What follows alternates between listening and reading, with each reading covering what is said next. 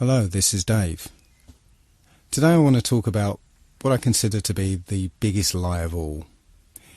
It's a subject I've been looking at for the last 6 months, and I've been pretty hesitant to talk about it because, it's a really controversial subject.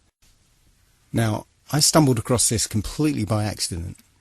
I was researching something on a totally unrelated topic and happened to see an intriguing sounding video. So I clicked on it, but the subject was so preposterous that I was just about to turn it off when it happened to say something that piqued my interest. So I watched the video completely to the end. And by the end of it, I had questions. I had some serious questions. So I'm going to ask you to be open-minded about this. This is very, very controversial and difficult to get your head round. So just bear with this and keep an open mind. So, in order to determine the truth, I'm going to be using a few principles here. The first of which is the scientific method, something that the scientific community doesn't seem to use these days. But the scientific method is where a theory or opinion is put forward that matches what we observe. But if something comes along that contradicts those observations, then the theory must be discarded. The second principle is Occam's razor. That's quite simply, the simplest explanation tends to be the truth. The third principle I'm going to be using is from Sherlock Holmes. When the impossible has been eliminated, whatever is left, however improbable, must be the truth. I'm also going to have to accept a couple of things. The first of which is what I call the ant's perspective. If you imagine an ant walking across a runway and all of a sudden a jumbo jet lands next to it, the ant's probably going to say, "What the hell was that?" But there is no way that the ant can ever figure out what just happened to it. It's just beyond the ant's ability to comprehend. So we have to accept that there may be things that are way beyond the human mind's ability to comprehend. The other thing we have to accept is how easily our minds, once they've been programmed or given a world view, how easily those minds can be fooled.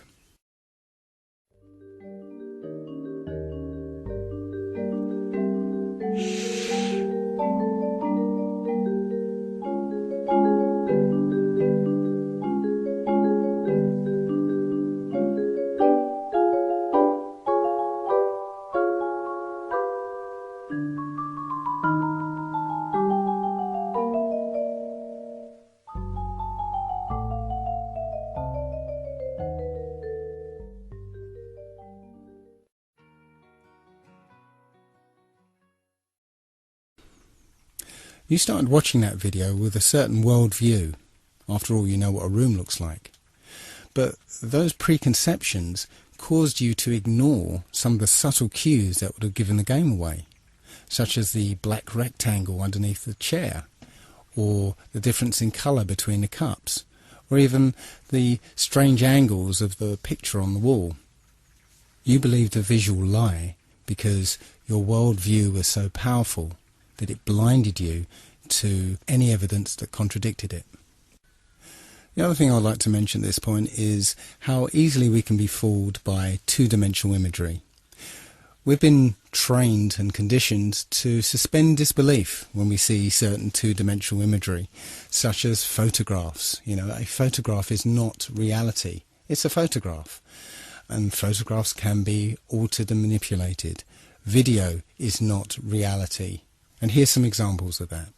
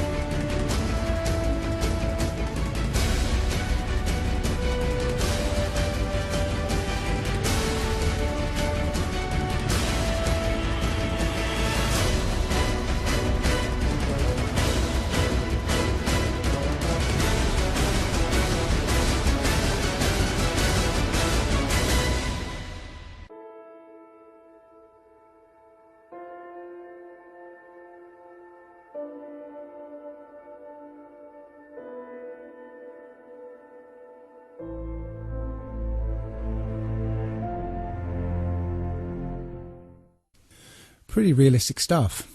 Point is, you can't automatically trust any two-dimensional imagery or media that's presented to you by the establishment. So let's get down to it then, shall we?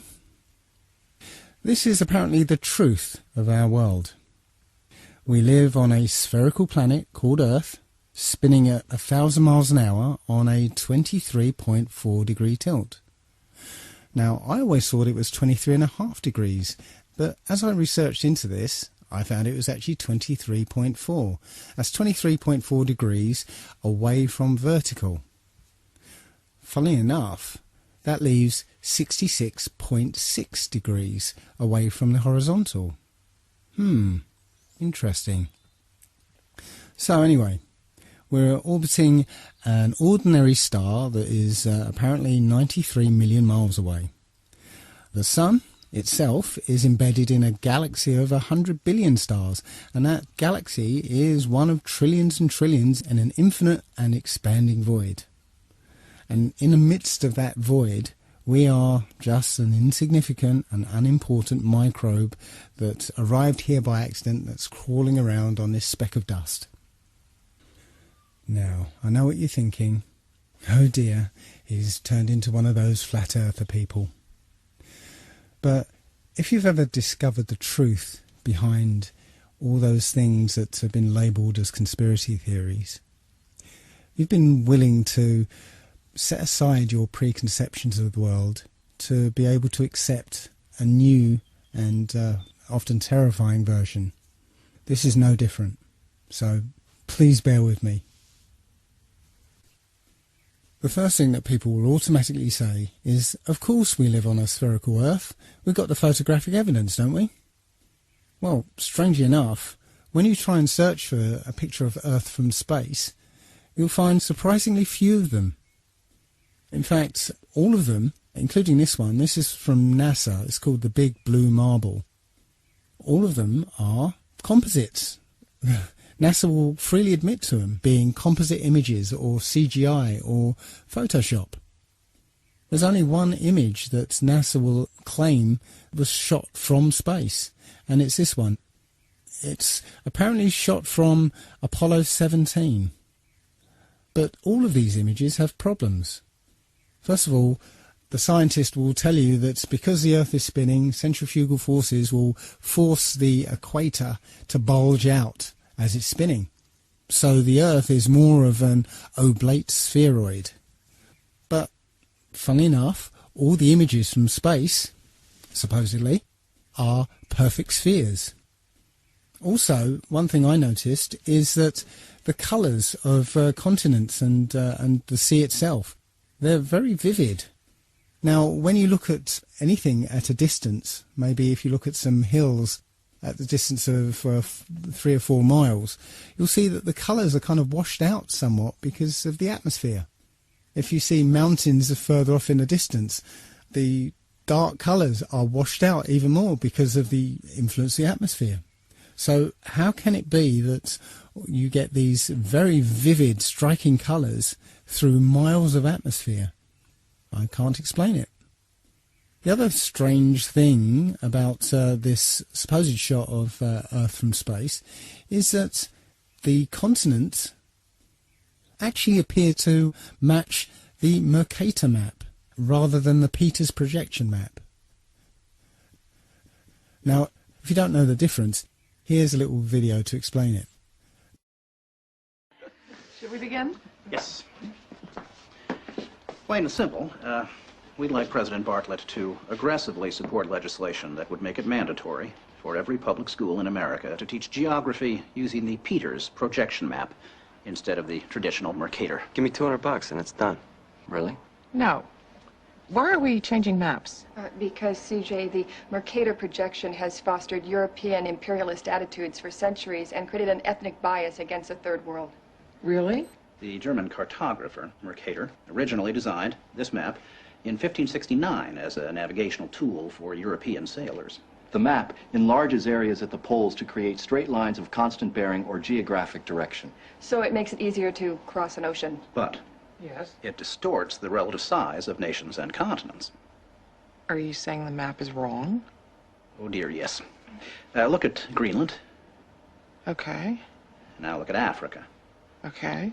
The two land masses appear to be roughly the same size. Yes. Would it blow your mind if I told you that Africa is in reality 14 times larger? Yes? Here we have Europe, drawn considerably larger than South America. When it's 6.9 million square miles, South America is almost double the size of Europe's 3.8 million. Alaska appears 3 times as large as Mexico, when Mexico is larger by 0.1 million square miles. Germany appears in the middle of the map when it's in the northernmost quarter of the Earth. Wait. Relative size is one thing, but you're telling me that Germany isn't where we think it is? Nothing's where you think it is. Where is it? I'm glad you asked. The Peters projection. It has fidelity of axis. Fidelity of position. East-west lines are parallel and intersect north-south axes at right angles. What the hell is that? It's where you've been living this whole time. Should we continue? Uh-huh.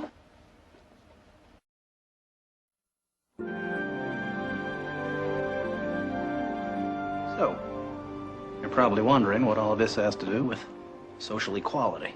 No, I'm wondering where France really is. Guys, we want to thank you very much for coming in. Hang on. We're going to finish this. Okay. What do maps have to do with social equality, you ask? She asked. Salvatore Natoli of the National Council for Social Studies argues, in our society, we unconsciously equate size with importance and even power.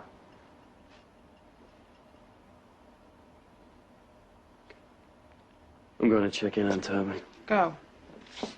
These guys find Brigadoon on that map. You'll call me, right? Probably not. Okay. When third world countries are misrepresented, they're likely to be valued less. When Mercator maps exaggerate the importance of Western civilization, when the top of the map is given to the Northern Hemisphere and the bottom is given to the Southern, then people will tend to adopt top and bottom attitudes.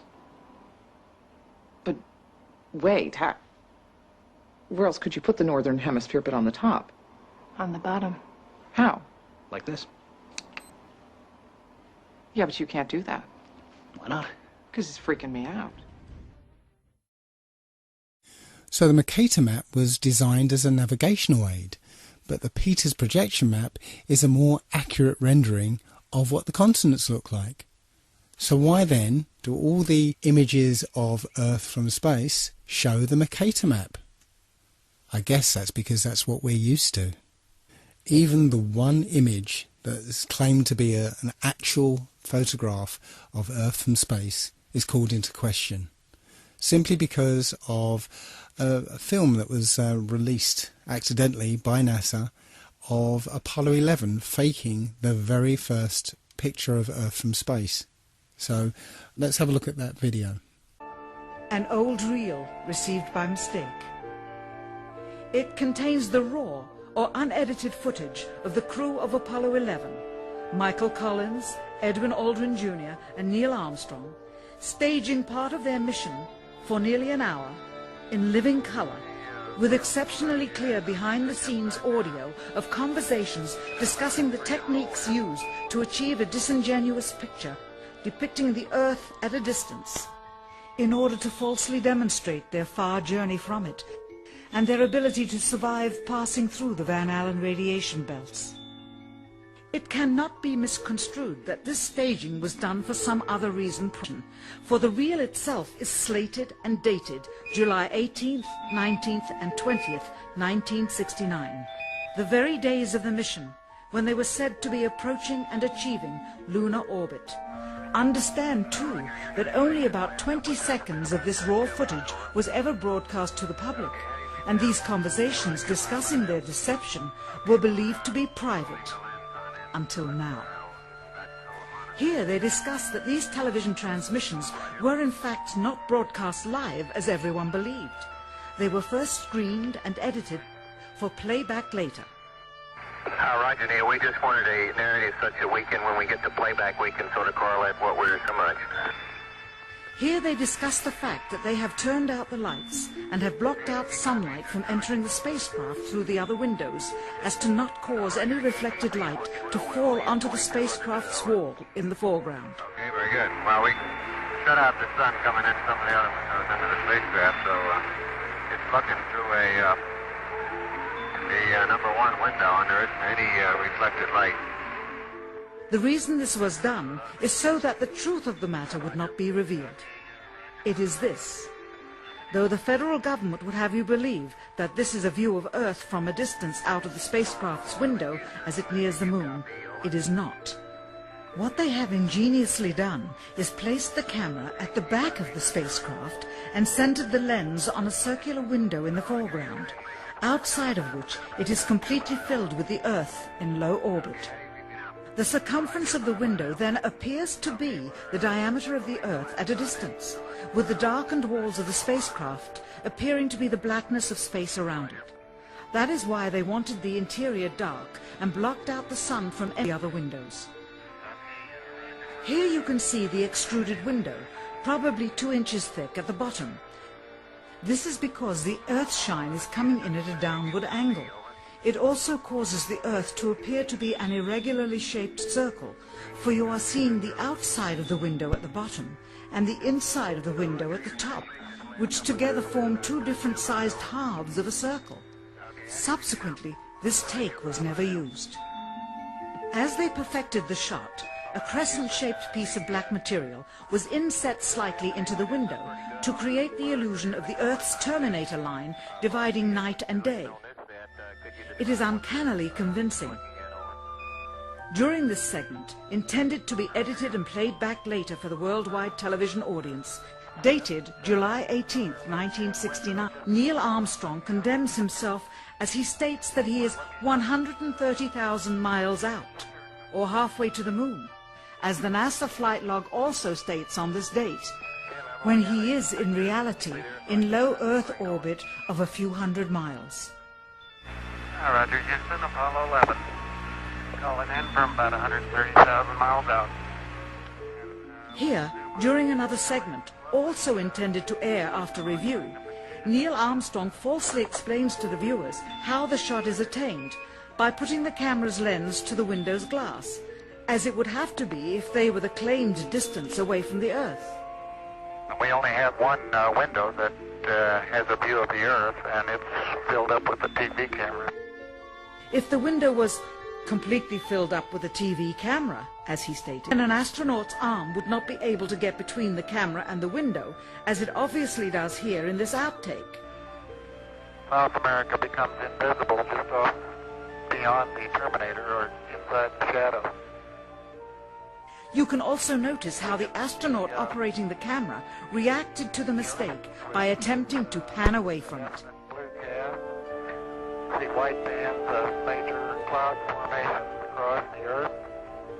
And This is a segment that they believed wasn't even being recorded, much less suitable for broadcast, for the lens was being zoomed out and the scene was being changed to that of an interior of the astronauts at work, and apparently the stop button popped back up on the recorder without notice.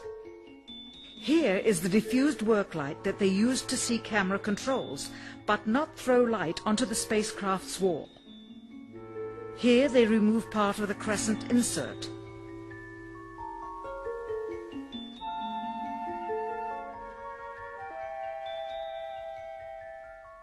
Finally, the iris is opened up to see the real location of the camera and the very bright and near Earth out the window.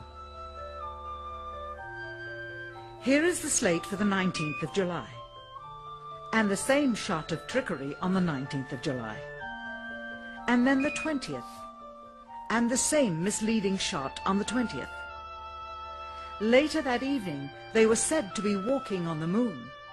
How can this be when they were in Earth orbit only 9 hours earlier, and the moon is some 3 days' journey? And you can see the full sequence on a documentary called A Funny Thing Happened on the Way to the Moon. That's one that I highly recommend you have a look at. But as for photographic evidence of a globe Earth, nope, it doesn't exist. Now let's take a look at Earth's supposed curvature. Many people point to Felix Baumgartner's recent record-breaking freefall jump and point to this picture in particular. It clearly shows a curvature of the Earth, but let's take a closer look at it. Well, it's quite obvious that a fisheye lens is used here.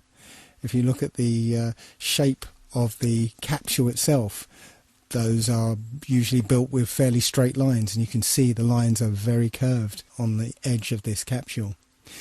He took off from New Mexico, and the surface of the Earth looks like, well, it's one big large landmass, and that's New Mexico. I didn't realise that New Mexico took up so much of the Earth. It's clearly a fisheye lens. We know intuitively, if we stand on a beach with a panoramic view, that the sea is flat. It's flat at sea level, it's flat from the top of Mount Everest, it's flat from over 20 miles high. I got this image from another YouTuber. I can't remember the guy's name, but he's the one who goes, "Where is the curvature? Where?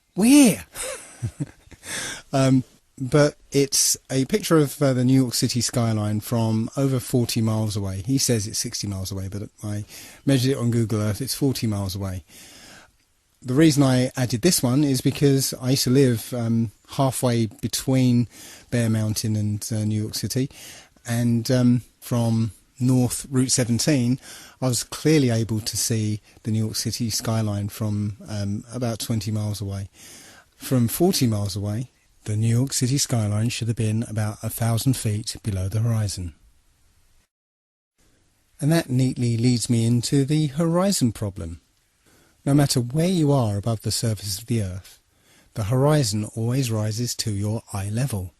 Doesn't matter if you're standing on a beach, or up a hill, or in a plane at 35,000 feet. The horizon is always at eye level. Well, that would be impossible on a spherical Earth, because the Earth would curve away from you, and so it would always appear below you. As on this diagram, the expected horizon would be below you, but that's not what we see. When you look out of a plane window, you always see the horizon at eye level. And it doesn't matter how big you make the Earth below the plane, the horizon would always appear below you. In 240 BC, a Jesuit named Eratosthenes, my apologies to any ancient Greeks among you, he calculated the Earth's circumference. He did that by planting a stick in the ground at midday so that the sunlight, being directly overhead, would cast no shadow. Simultaneously, about 400 miles away, somebody else planted the stick in the same way and found that the sunlight cast a shadow. So by taking a shadow length and knowing the distance between the sticks, you could theoretically work out the circumference of the Earth. Take note that this method requires that the sun be a long way away, so that the light coming from the sun is all parallel. Just keep that in the back of your mind, because we'll come back to this later. However, it turns out that you'd get exactly the same results on a flat Earth if the sun were only 3,100 miles away and 34 miles across. Now, as crazy as that might sound, I just want you to keep that in the back of your mind, because we're going to come back to this as well. Perhaps the most famous experiment to disprove the idea of a curvature was performed by Samuel Rowbotham in the late 1800s. The Old Bedford Levels experiment was performed on a canal in Cambridgeshire, which is perfectly straight for 6 miles. What Rowbotham did was put a telescope 6 inches above the water at one end of the canal and had a friend row a boat to the other. The boat had a flag on it, and Rowbotham was able to see the boat and the flag along the entire length of the journey. Now, if the Earth were curved, the boat should have been 16 feet below the horizon at the other end of the canal. Plenty of other such proofs exist concerning landmarks that can be seen much further away than the curvature of the Earth would allow. The most notable would be the Notre Dame Antwerp spire, which stands about 403 feet high and 468 feet above sea level. But sea captains are able to see the spire with a telescope from an amazing 241 kilometres away. If the Earth were a globe, then the spire would be actually a whole mile below the horizon. The Earth has a curvature? I don't think so. So let's take a look now at the idea that the Earth is spinning. Our common sense intuition tells us that the Earth is motionless. We have senses that detect changes in velocity.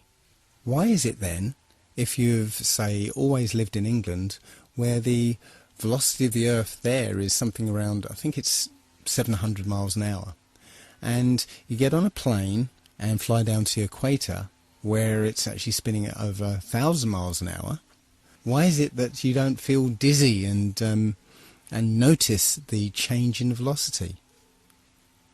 Well, we'll ignore that. There are many theories that supposedly show that the Earth is spinning. But I want to concentrate on one such theory, which is that the motion of the stars prove that the Earth is spinning. This theory proposes that the stars are static, fixed and unchanging, and it's the Earth that's spinning around at 1,000 miles an hour, and that the axis of spin is pointing at a particular star called Polaris, the pole star. So, from an observer on the Earth, it appears that the stars are spinning around the star Polaris. Now, Polaris is something like 2 quadrillion miles away, and as far as we know, the polar axis has always pointed at Polaris.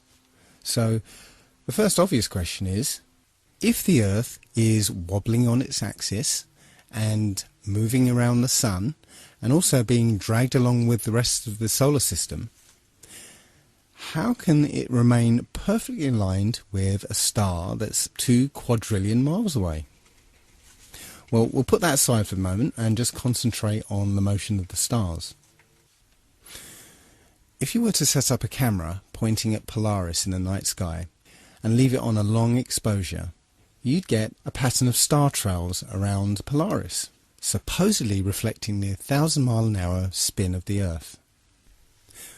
But wait a minute, isn't the Earth orbiting the Sun at 67,000 miles an hour? And come to think of it, isn't the Sun moving through the galaxy at 600,000 miles an hour? Then why is it the only motion we see is the slowest one, when the orbit around the Sun is 67 times faster than the supposed spin of the Earth, and the motion of the Sun, dragging the solar system behind it, is 600 times faster than the spinning of the Earth? Something doesn't add up. The point is, you wouldn't see these perfectly circular star trails. If you took into account all the other relative motions, you just wouldn't see these perfect circles. Where is the motion? Where? The simplest answer is the Earth isn't spinning or orbiting or being dragged. The Earth is fixed, and it's the stars that are moving.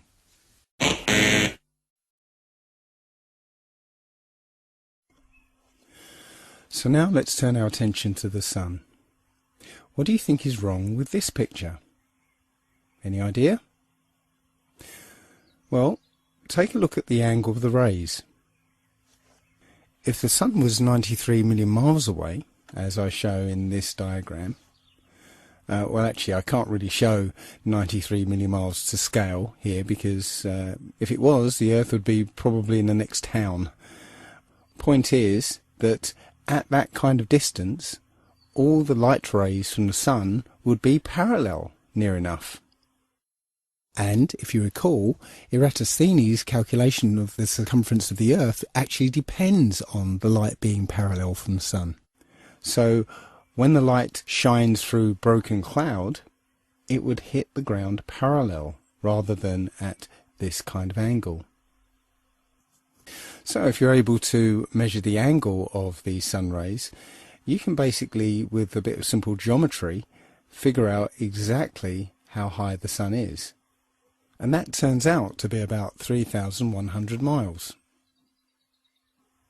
And if you were going to try and hide this information, that the Sun is actually very close, perhaps you'd encode it in a symbol.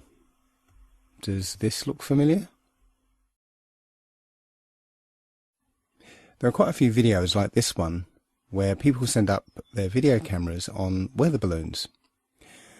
One thing to note is where you can see a hot spot on the clouds directly under the sun, like here. You see it? Directly under the sun is a hot spot. Now that would be impossible if the sun was 93 million miles away. But also note how the sun appears to move with the Earth. As the camera rocks about, you'll see the sun moving around with the Earth. Now again, if the sun was 93 million miles away, you wouldn't see that. Just like if you were on a speeding train, the trees next to the track will whiz past you, but the mountains in the distance would, well, they'd hardly move. And if the sun was behind those mountains, the sun wouldn't move at all.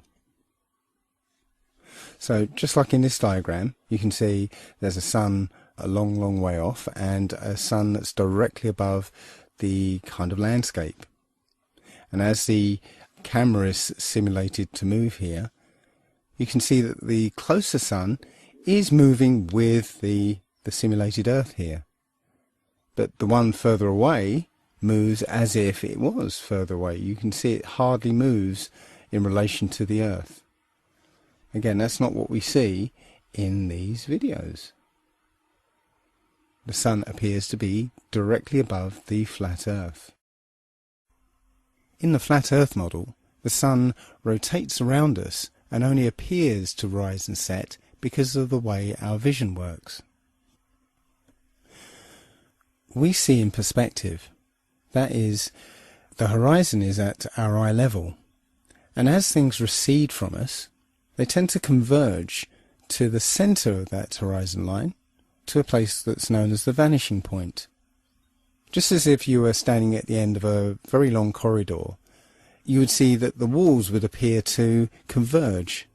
The floor would appear to rise up to meet the horizon, and the ceiling would also appear to move downwards. Of course, the walls and the ceiling are all parallel to each other, so they don't actually move anywhere, but it would just appear that way. And anything that lies beyond the vanishing point is effectively invisible to us. It's beyond the limit of our vision.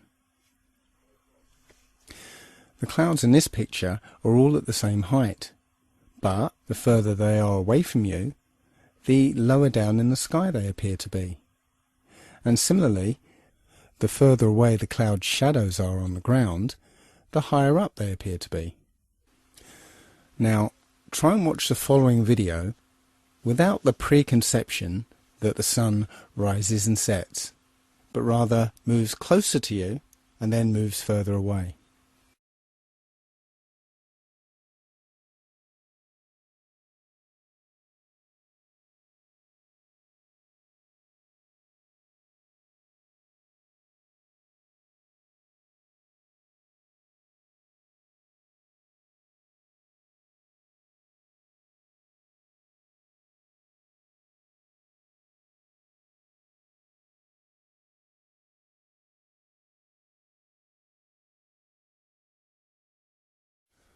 I'm afraid I can no longer take the idea that the sun is 93 million miles away very seriously at all.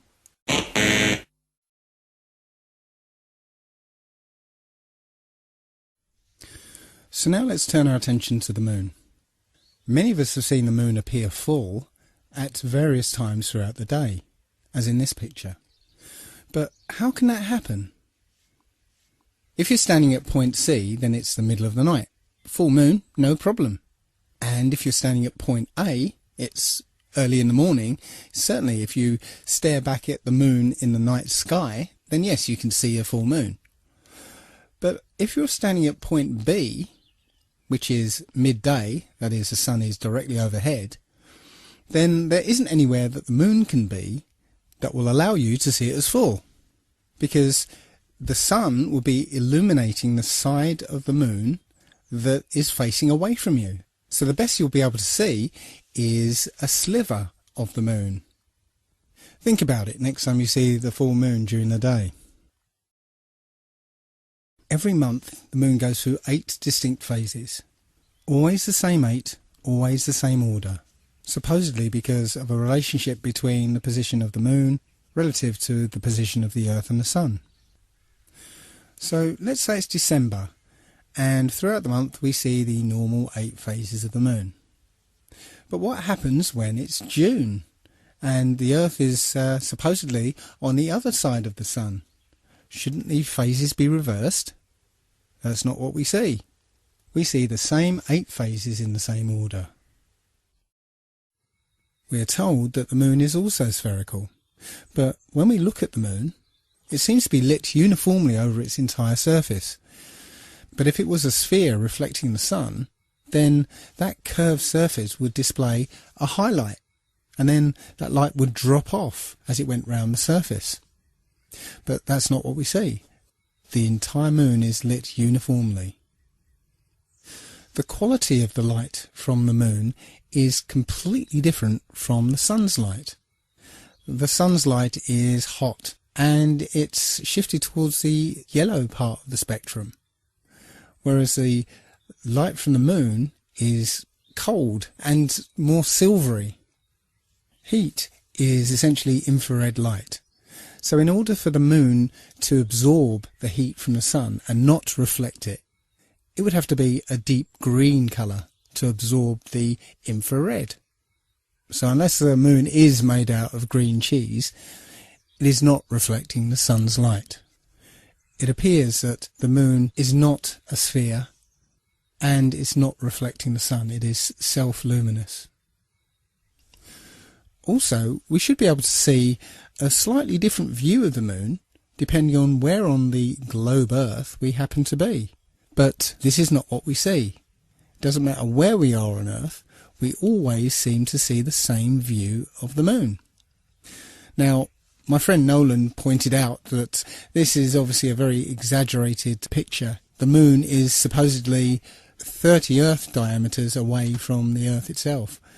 But even so, that difference in position should give you a slight difference from point A to point B. But again, that's not what we see. So apparently the moon is 238,000 miles away. But if you just put that aside for a second and just look at the moon, perhaps you'll notice this. In this example, only the clouds close to the moon are lit up, not the clouds further away. That indicates that the moon is much, much closer than we've been told.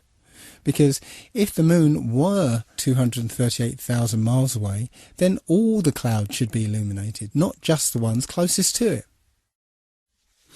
And here's an example of a schoolboy mistake. This is a famous picture from Apollo 8, which is entitled Earthrise. It was taken from above the moon's surface, looking back at the Earth. The only problem is, the Earth appears the same size as the moon appears from the Earth. But the Earth is 4 times the size of the moon. So it should have looked like this. Somebody screwed up. Now, there will be some people who still think we went to the moon.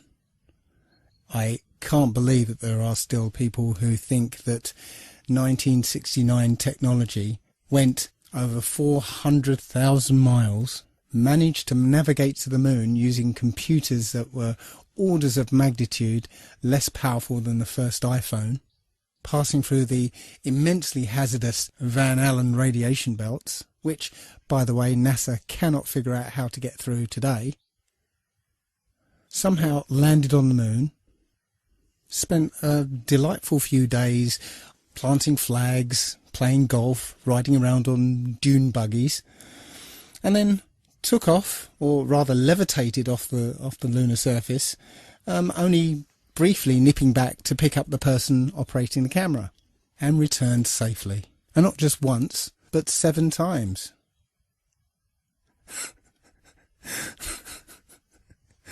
It's a fantasy. The whole thing is a fantasy. Everything you saw supposedly on the moon was in a soundstage using Stanley Kubrick's perfected front projection technology. And I'm not going to spend much time. There's plenty of evidence to show that it was completely faked.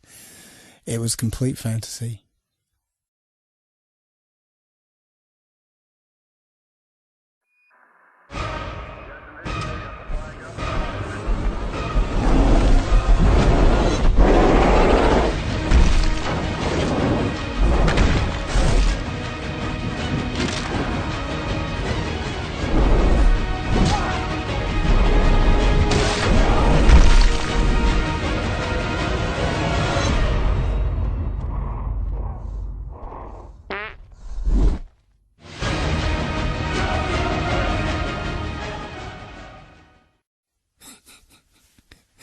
Sorry, couldn't resist it.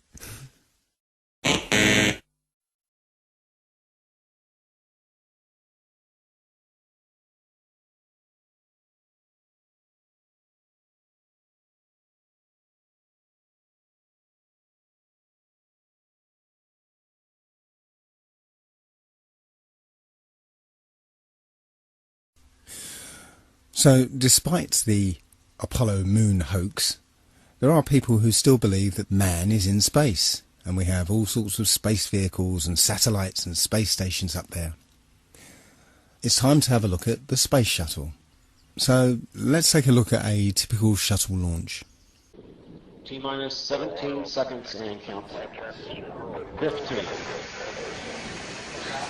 12, 11, 10, 9, 8, 7, 6, start, 2, 1, booster ignition, and liftoff of the Space Shuttle Discovery, returning to the space station, paving the way for future missions beyond.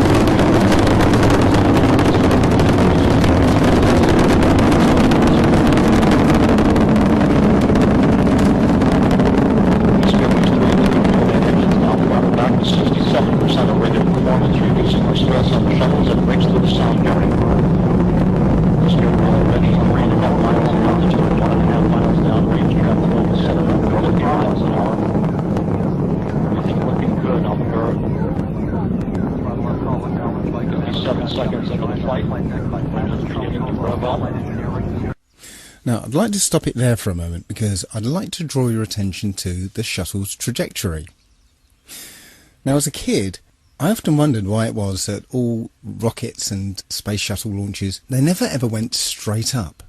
They always curved off to one side. Now, I remember being told at the time that it's because the Earth is spinning and the rocket is actually still going straight up, but from our point of view, we're just spinning away from it, so it looks curved. Well, you can't have it both ways.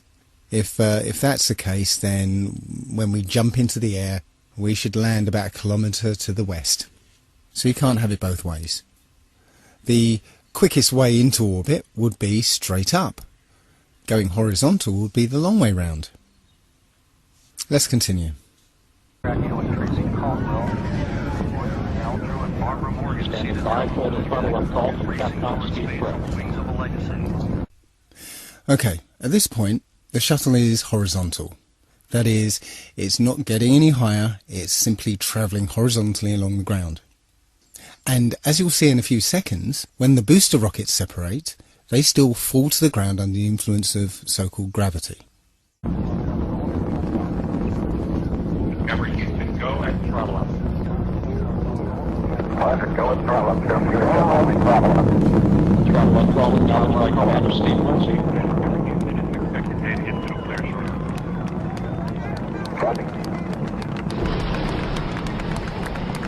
Solid rocket booster separation confirmed. Guidance now converging. Discovery's onboard computers commanding the main engine nozzles to swivel, aiming the shuttle for its precise target in space for main engine cutoff. You have a good forward leg now in S10. Okay, you sound good.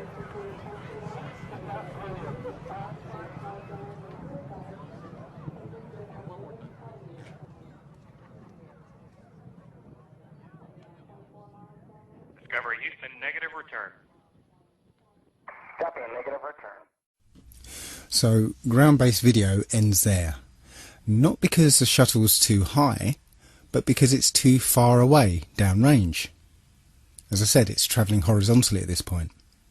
So what's missing is what they call MECO, main engine cutoff. That means the shuttle no longer has any power behind it whatsoever. But after MECO is the external tank separation. As you can see from this diagram, when the tank separates, it falls back to Earth. So what's stopping the space shuttle following the same exact trajectory? Between main engine cutoff and this ohms burn, the space shuttle should follow the exact same trajectory as the external tank. But it magically does not. And conveniently, there's no video cameras to show exactly what happens. The point here is that at external tank separation, both the shuttle and the external tank are subject to this so-called force of gravity. Neither the shuttle or the external tank are in space. And yet they want us to believe that there is an orbital manoeuvring system which is capable of blasting the shuttle from this point, which is still in the Earth's atmosphere, into orbit. Well, the clue is in the name of the thing. Orbital manoeuvring system, not orbital insertion system. Where's the fuel for this? There isn't an external tank anymore, so there isn't enough fuel to blast this shuttle into orbit, even from this height. And on the subject of height, where does space actually begin? In this shot, the space shuttle is supposedly in space, because the cargo bay doors are open. But you can see the features on the ground in great detail. In fact, you'd be hard-pressed to see such detail from a passenger jet at 35,000 feet. Look, you can see roads and rivers and individual fields. Anyway, once the shuttle's completed its mission, it's now a glider. So let's have a look at a video of a glider landing.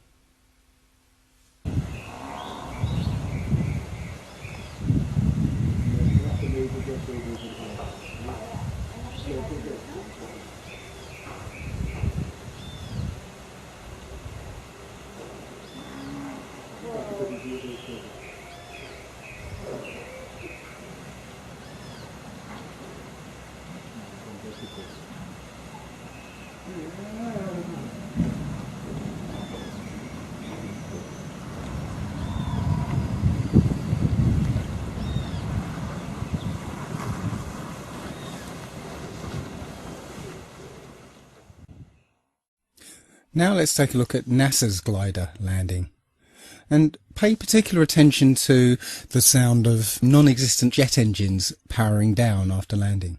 Down and locked.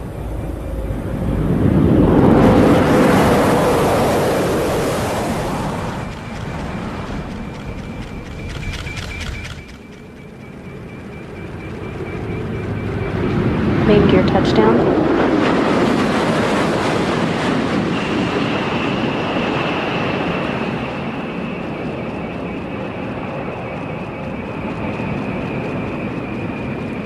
Nose gear touchdown. Deploying of the drag chute delayed to assess the conditions of the crosswinds on the orbiter as it rolls out on the runway 15 at the Kennedy Space Center, wrapping up a nearly 5.3 million mile mission. Endeavour returning the first educator mission specialist Barbara Morgan to Earth to begin the next step in her journey to inspire future generations to explore, learn, and build a better future.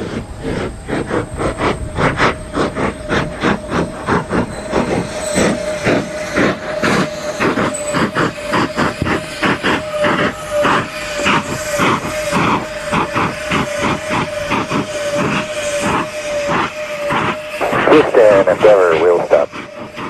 Roger, wheel stop, Endeavour. Congratulations. Undoubtedly, the nice woman from NASA, employed to state the bleeding obvious, is there to distract you from the fact that it's a bloody jet plane, tarted up to look like a space shuttle. It's not a glider at all. You can clearly hear the jet engines powering down. When you look at the back of the space shuttle, you can see two odd-shaped pods. These are supposedly the orbital manoeuvring system. On the front of these pods are two odd-shaped holes. Why would a rocket engine need some kind of air intake? Wouldn't it be dangerous to put such air intakes on the back of a shuttle, which on takeoff is going over 10,000 miles an hour? Wouldn't they just rip right off? Very strange. No, these holes are precisely what you'd have if you wanted to hide an air intake to a jet engine. So here's a conspiracy theory. If I was on the receiving end of upwards of 200 billion of taxpayers' money, perhaps this is what I would do. Well, I'd spend a few million on some of what they call hero models. Space shuttle mock-ups that look the part, have lots of flashing lights and computer screens and stuff, but are not flyable. They'll end up collecting dust in museums anyway. Then I would have a few mock-ups that I would fly into space, but really would basically fly out of sight and ditch in the sea, getting destroyed in the process. Then I would spend a few million, perhaps even $1 billion, let's give the taxpayers their money's worth. Perhaps I'll spend $1 billion or so on developing a plane that looks like the space shuttle. There you go, job done. No refunds. So let's change the launch profile of the space shuttle for my new classified one. We have a remote-controlled, full-size mock-up, basically nothing inside, just an empty shell. That's flown up on remote control, on essentially a big firework. Everything acts as normal, the booster rockets detach as normal, but when we get to the external tank separation, that doesn't actually happen. What actually happens is the tank and the shuttle fall back to Earth, where they ditch in the sea and get destroyed in the process. After the mission's complete, a space shuttle plane takes off from an undisclosed location and lands at an Air Force base in front of the TV cameras. Simple.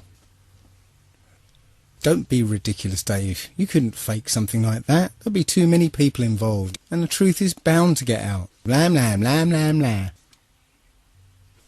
The best example of space shuttle fakery is the Challenger disaster. In 1986, the shuttle Challenger exploded about 74 seconds after takeoff, killing all 7 astronauts inside. Or did it? It turns out that 6 of the 7 are still alive and kicking today. Ellison Onizuka claims to be his identical twin brother, Claude. Yeah, I've got an identical twin brother, Claude, too. The Challenger pilot, Mickey Smith, hasn't even bothered changing his name. He's now Professor Michael J. Smith of University of Wisconsin. Now, Krista McAuliffe was a bit of a sneaky one. She was the Challenger payload specialist, quite famous for being a teacher. It turns out during her astronaut days she was using her middle name, Krista, and now she goes by her first name, Sharon, and she's a Syracuse law professor. The Challenger commander, Francis Richard Scobie, is now Dick Scobie, which sounds like a rather unpleasant disease, CEO of Cows in Trees Limited. Judith Resnick, the Challenger mission specialist, again hasn't even bothered changing her name. She's a professor at Yale Law.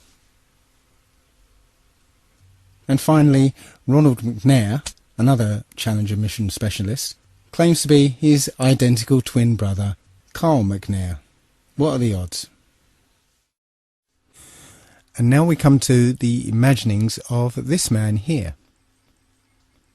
Arthur C. Clarke, Freemason and science fiction writer, came up with the concept of the telecommunications satellite. And several years later, we have thousands of telecommunications satellites supposedly spinning around the planet. Again though, strangely enough, if you try and look for images of communication satellites, despite the fact that there are thousands of these things up there, you don't actually find a photograph of them. Just lots and lots of CGI photoshopped images. The problem is that satellites inhabit a region of the upper atmosphere known as the thermosphere. It gets its name because the temperatures up there reach something in the order of 2,500 degrees centigrade. This is a source of some confusion.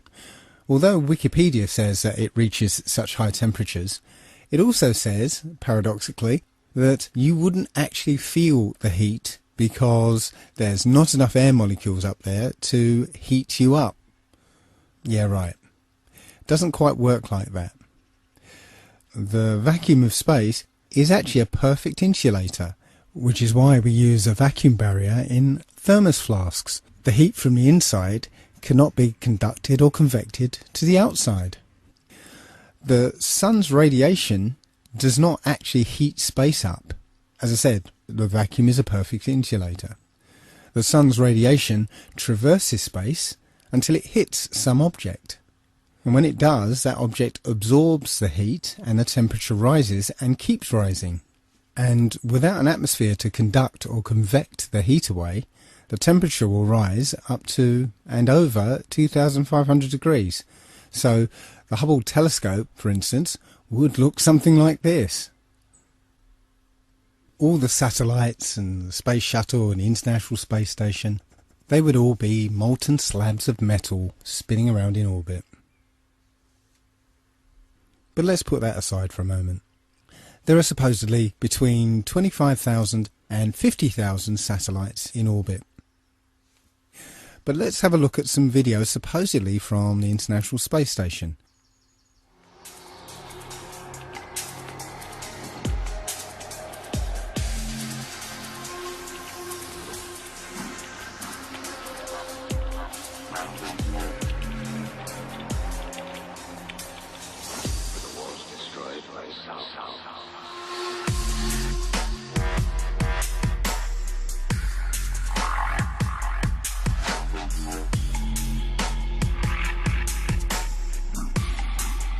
Can you see any one of these 26,000 to 50,000 satellites?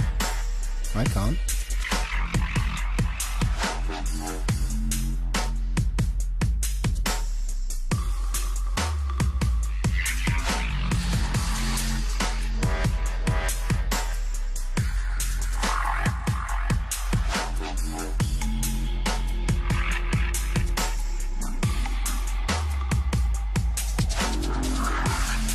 Commands a substantial view over the Earth's surface, and yet you don't see a single satellite.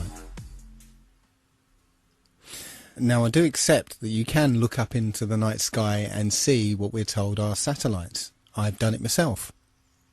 I've seen bright lights moving across the sky, but I have no idea what those things are. In this video, you can see several large bright objects. However, none of them appear on any satellite tracking applications. When you look up at a jet airliner flying at 35,000 feet, you can only see it as a small dot.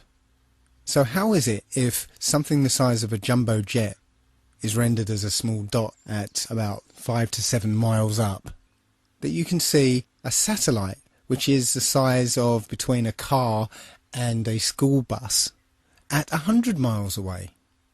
You just wouldn't see it. At about this point, somebody's bound to say, what about the global positioning system? How would that work without satellites? Well, as it happens, the technology has actually been around since World War II. There are actually two systems, one called LORAN and another called Decca. Those were navigation systems based on radio triangulation. Now, the GPS systems that we're used to now are basically the same systems, just improved with a new computer interface. Similarly, the international telephone traffic that's supposedly handled by satellites are handled by undersea fibre optic cables. Shortwave radio can also span large distances and also be bounced off the ionosphere. So, in the absence of any hard physical evidence, I submit that satellites are just a work of fiction and another way that NASA and the US military managed to con the American public out of billions of dollars.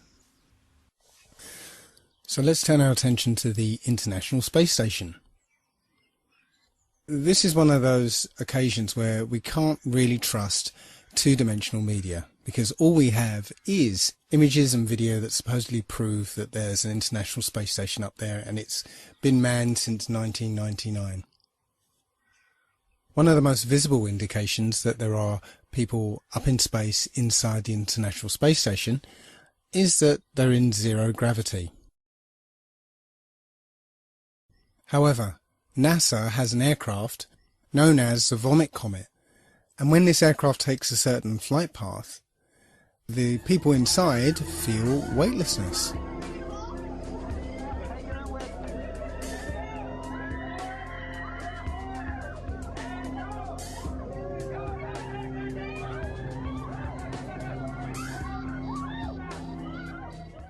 So it's almost certain that NASA has an aircraft fitted out to look like the International Space Station's interior.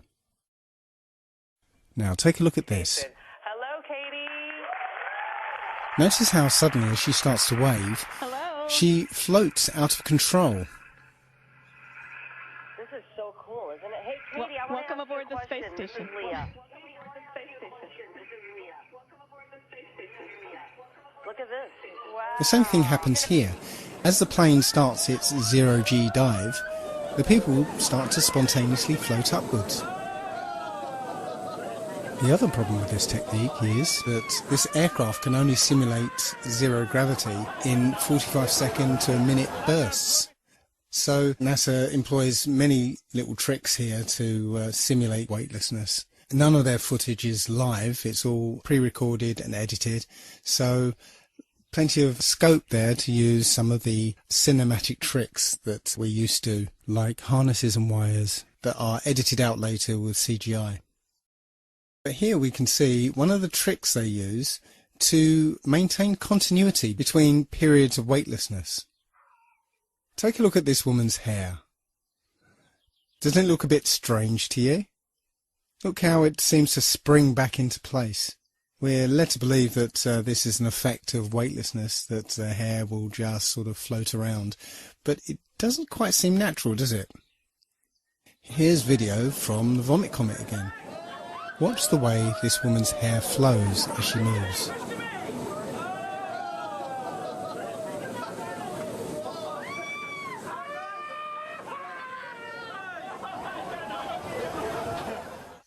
Seems quite obvious now that this is some kind of perm or hairspray, so that between periods of weightlessness we get that visual continuity. Now, there are plenty of examples of these gravitational anomalies, but I'm not going to spend too much time on it. I just wanted to show that all these things that you can see from NASA can be simulated and CGI'd up for your benefit. They don't seem to do any real scientific experiments up there. The effort seems to be just to get you to believe that they're there. That's it. There are also plenty of anomalies when you look at spacewalks. For footage of spacewalks on the exterior of the International Space Station, NASA will freely admit they have a huge swimming pool called the Neutral Buoyancy Lab, where they train their astronauts, and within this huge swimming pool they have a mock-up of the exterior of the International Space Station. I'm going to show you a video from a YouTuber called Jungle Surfer, who's done the best expose of spacewalking anomalies. Another aspect of the illusion of space travel is spacewalks. These are faked inside a swimming pool. It's a custom-built swimming pool, and that's a great way to fake zero gravity. About 6 months ago, in 2013, a gallon of water leaked into one of their spacesuits in a matter of seconds. NASA doesn't really have a proper explanation for how on earth this could have happened. There shouldn't be water leaking into someone's helmet and a person almost drowning in space. How can you drown in space? They now wear snorkels to make sure that they don't drown in space. How can this be happening? A snorkel in space?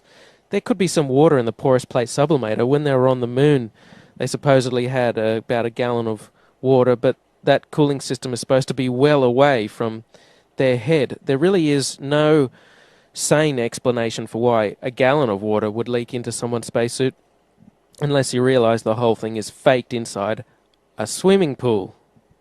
In this scene, you can see the Chinese spacewalk, and you can see a bubble coming up from the guy's suit. How do you have a bubble in space? Space is supposed to be a vacuum, not a swimming pool.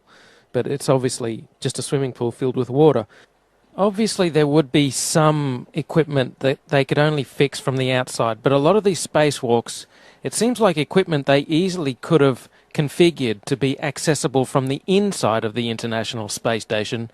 It seems more like an excuse to get out and show their other space trick, which is the faking of spacewalks in a swimming pool.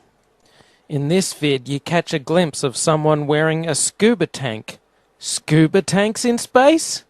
Snorkels and scuba tanks in space? They act like a spacewalk is just a walk in the park, like there's very little danger involved at all. They're looking through the spacesuits. Oh, here's a spacesuit, we're going to go for a spacewalk. As if there's no danger at all, like they don't care. They don't care. They don't act like they're in a life-threatening situation, like they could die at any second, even though they can. So you would think to preserve their life they would want to minimize the amount of spacewalking that they did.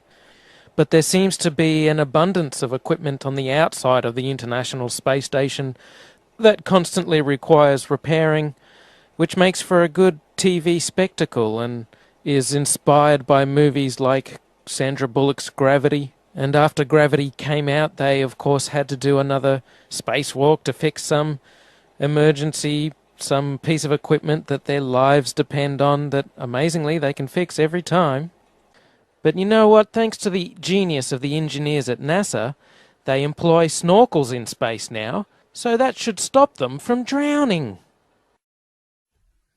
Finally, I'm going to leave the last word to one of the astronauts themselves, when he made a tiny little slip-up during a question and answer session. Take note of his body language after he makes his mistake. Hello, my name is Bailey. This question is for Chris. What was high school like for you?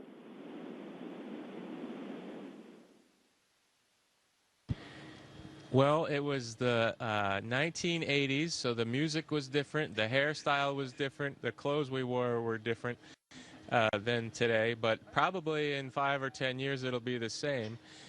And in school, I was just like you, probably all of you there. I tried my best. I didn't always succeed, didn't always do well, but I put my best effort into school. Math and science were kind of my favorite subject. I didn't really like English and reading too much, but I've since grown out of that, and I enjoy reading now. And I played a lot of sports. And all of that happened in a little town called York, Maine, across the United States from where we're talking to you right now. Whoops. Called York, Maine, across the United States from where we're talking to you right now. Hello, my name is Steve Owen. I'm a teacher here at Riverside Prep. I'd like to ask you about the stress associated with the long periods in the space station. I'd like to ask Karen, what is the training that you get to cope with that stress and related psychological issues?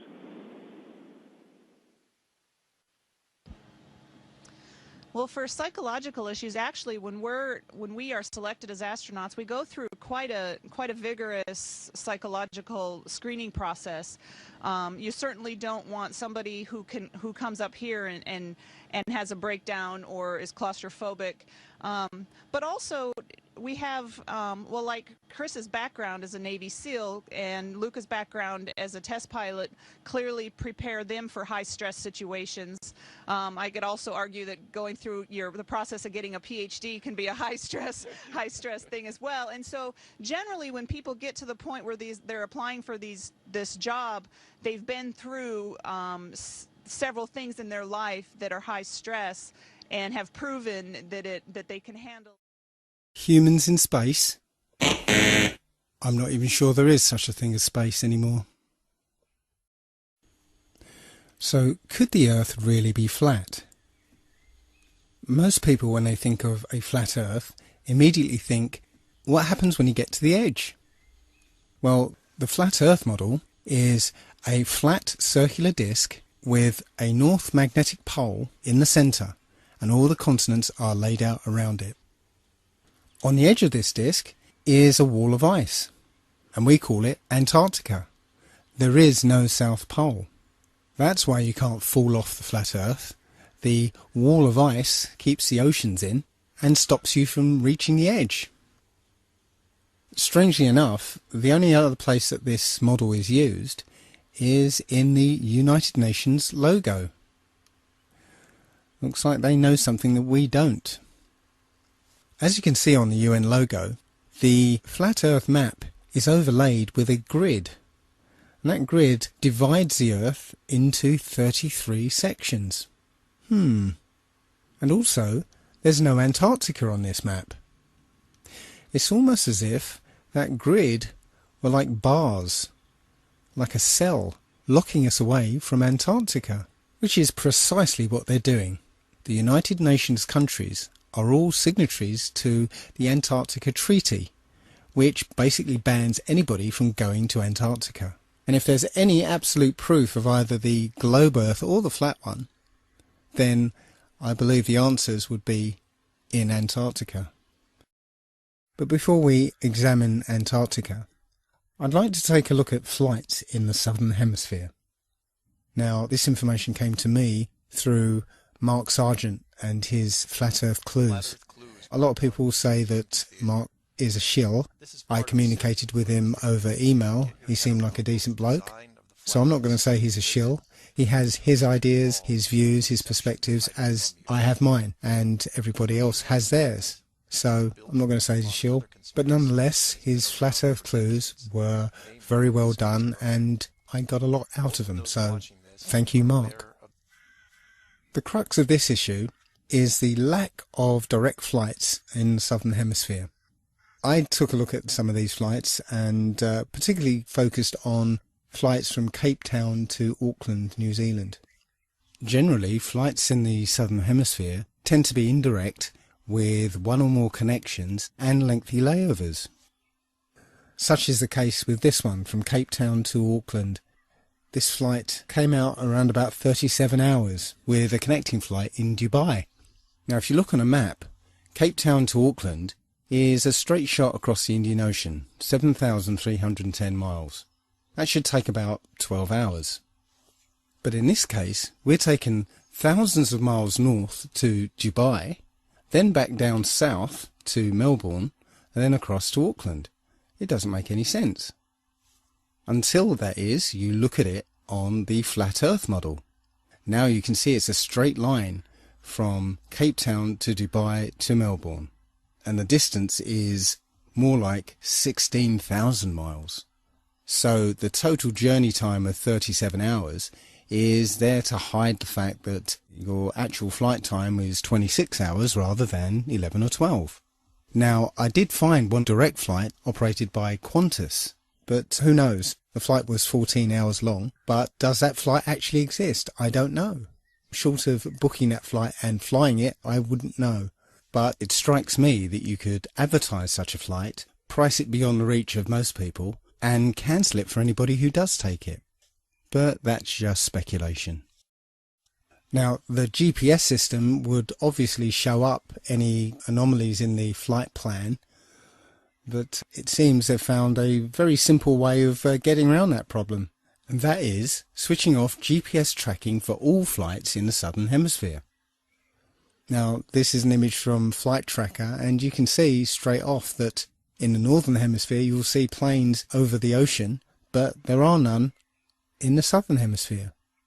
Now, I spent some time looking at it on flighttracker.com, and I actually verified this information, but I couldn't capture the data on my computer. So here's a video of planes disappearing and reappearing off the tracking systems. So hey guys, I'm on planefinder.net. I'm tracking airplanes in the Southern Hemisphere, trying to do some research to verify or debunk this flat Earth guy. And what he said is that airplanes disappear in the South Atlantic near the, in the Southern Hemisphere when they fly over oceans. And it's true. I was tracking a British Airways flight from Buenos Aires to London, and I was tracking, and then it disappeared. And then I clicked on this plane right here, Qatar. See how the flight path, like when you click on the plane, the flight path appears or disappears, right? So I clicked on this plane looking for my British Airways flight, and I found this flight, and look, see how the flight path just starts in the middle of nowhere right here?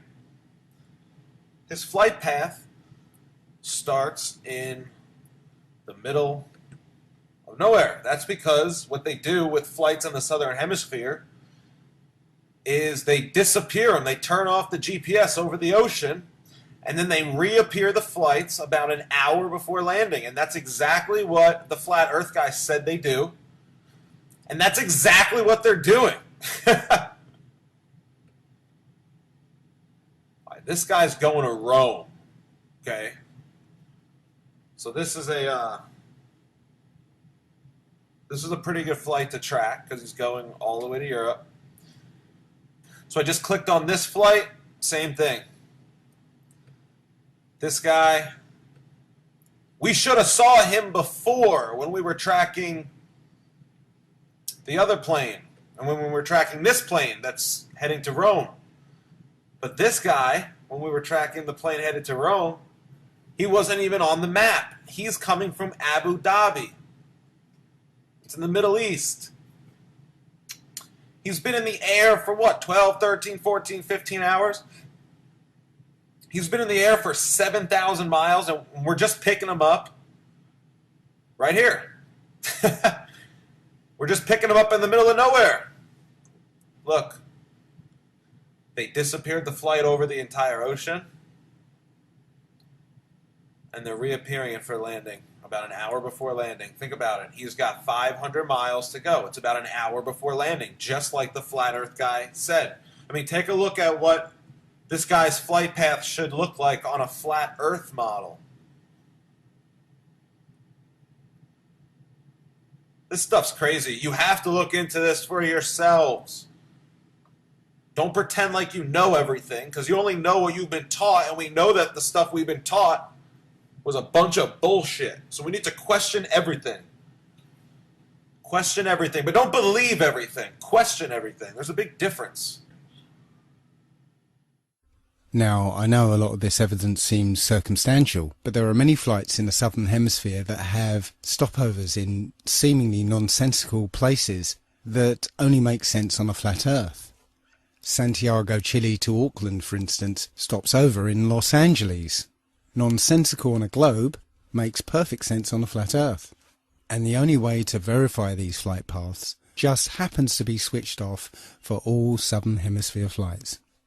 Circumstantial, I'll grant you, but compelling nonetheless. So let's take a close look at Antarctica. The first thing you'd encounter when you reached Antarctica would be a 200-foot wall of ice, followed by 300 miles of Antarctic desert. No life, no vegetation, and temperatures that drop to minus 100 degrees centigrade. And if you manage to survive that, then you encounter a mountain range 2 miles high. Those mountains are called the Rockefeller Mountains, and at the top is the Rockefeller Plateau. Interesting. And beyond that, nobody knows what's there. Apart from maybe one man, Richard E. Byrd. Admiral Byrd led 3 expeditions down to Antarctica. Now, the last 2 weren't just expeditions, they were military operations. Operation High Jump and Operation Deep Freeze. And here's Admiral Byrd explaining what he found down there. Admiral Byrd, our guest tonight, is not only our greatest living explorer, but he's been an inspiration to countless Americans. Admiral Byrd, you've been to both the North Pole and the South Pole. Is there any unexplored land left on this Earth? Yes, there is. But strangely enough, there's left in the world today an area as big as the United States that's never been seen by a human being.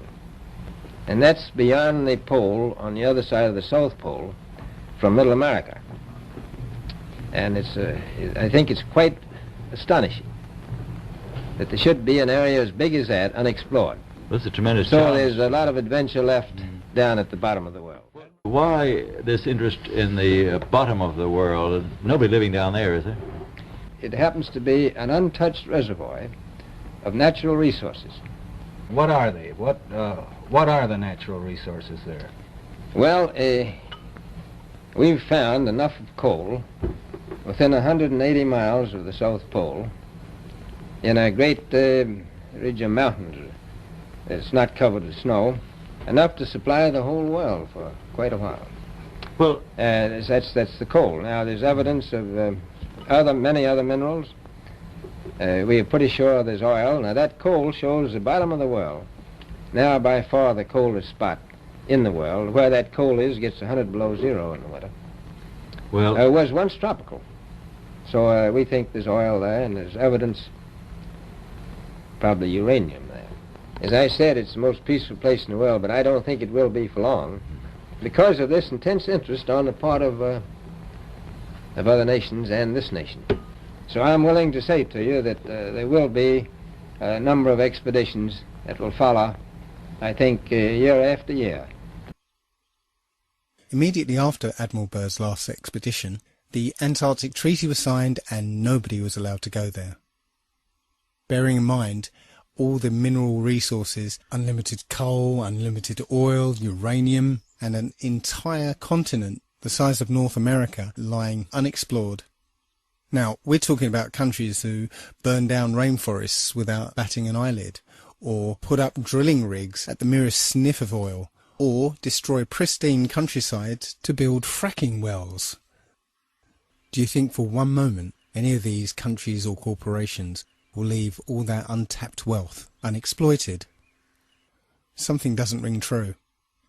Now, I don't know for sure that we live on a flat earth, but I do know that we're not clinging onto the surface of a ball.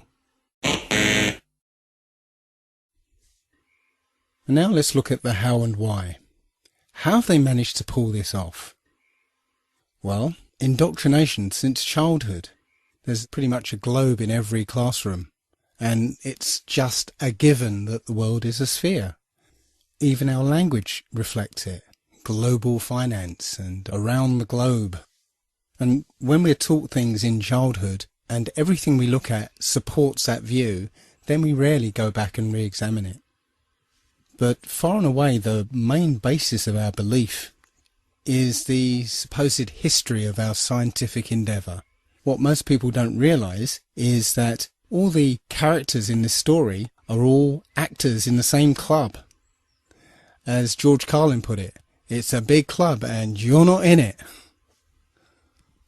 Ptolemy, who first put forward the heliocentric model, was acknowledged as the first Mason. Copernicus was a Jesuit priest. Sir Isaac Newton was a Freemason.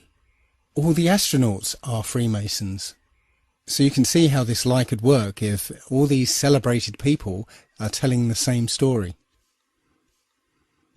Another way we're programmed is by centralized and complete control over space information and access to space. That control is held by the space agencies around the world, NASA and RASA and the European Space Agency. It turns out that NASA is essentially composed of Nazis. Look up Operation Paperclip. NASA was actually formed from Nazi scientists transplanted to America after the war. I need not remind most people that the Nazi approach to propaganda is if you tell a lie big enough and keep repeating it, people will eventually come to believe it. And finally, we've had decades of programming through entertainment media, over 100 years of science fiction books and stories and television programs and films. I must admit to being a science fiction fan myself. I grew up watching Star Trek, Star Wars, Babylon 5, Battlestar Galactica, watching films like 2001, 2010. I truly believed that our future lay in space. I saw an exciting future for mankind. Moon bases, Mars bases, interstellar travel. But now I sincerely doubt there is any such thing as space. It turns out that the Bible had a very clear conception of what the Earth and the universe looks like. And that matches the flat Earth model more than it does the globe. And that only leaves why. Why have they done this? What's the point of this grand deception? I think Eric Dubay explains it best. That's right. Yeah, I mean, our eyes and experience tell us the Earth is flat and motionless, and everything in the sky revolves around us. But when we cease to believe our own eyes and experience, we have to prostrate ourselves at the feet of these very pseudoscientists who are blinding us, treat them as experts, astronomical priests who have special knowledge only they can access, like the Hubble telescope. So by brainwashing us of something so gigantic and fundamental, it actually makes every other kind of lesser indoctrination a piece of cake. Earth being the flat, fixed center of the universe around which everything in the heavens revolves gives a special importance and significance not only to Earth, but to us humans, the most intelligent among the intelligent designers' designs. By turning Earth into a spinning ball thrown around the sun and shot through infinite space from a godless Big Bang, they turn humanity into a random, meaningless, purposeless accident of a blind, dumb universe. So it's like trauma-based mind control, beating the divinity out of us with their mental manipulations. People are always asking, why do they do this?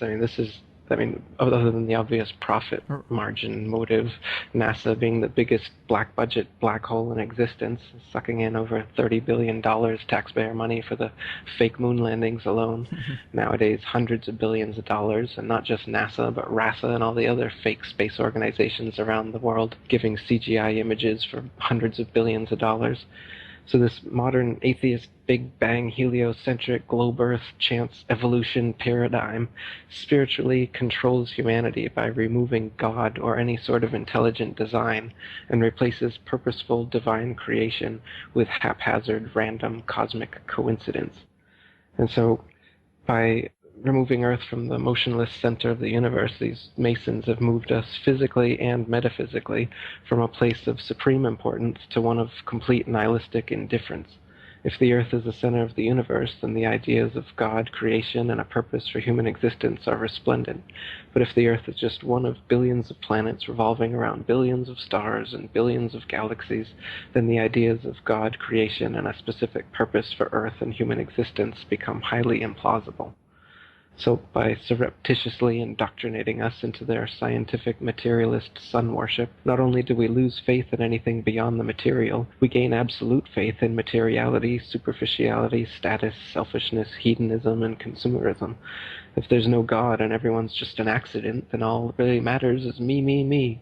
So they've turned Madonna and the Mother of God into the material girl living in a material world. Their rich, powerful corporations with their slick sun cult logos sell us idols to worship, slowly taking over the world while we tacitly believe their science, vote for their politicians, buy their products, listen to their music, watch their movies, all sacrificing our souls at the altar of materialism. It's a big deception. I'd say it's the biggest cover-up and conspiracy in history. We've been completely deluded for 500 years. So there you have it.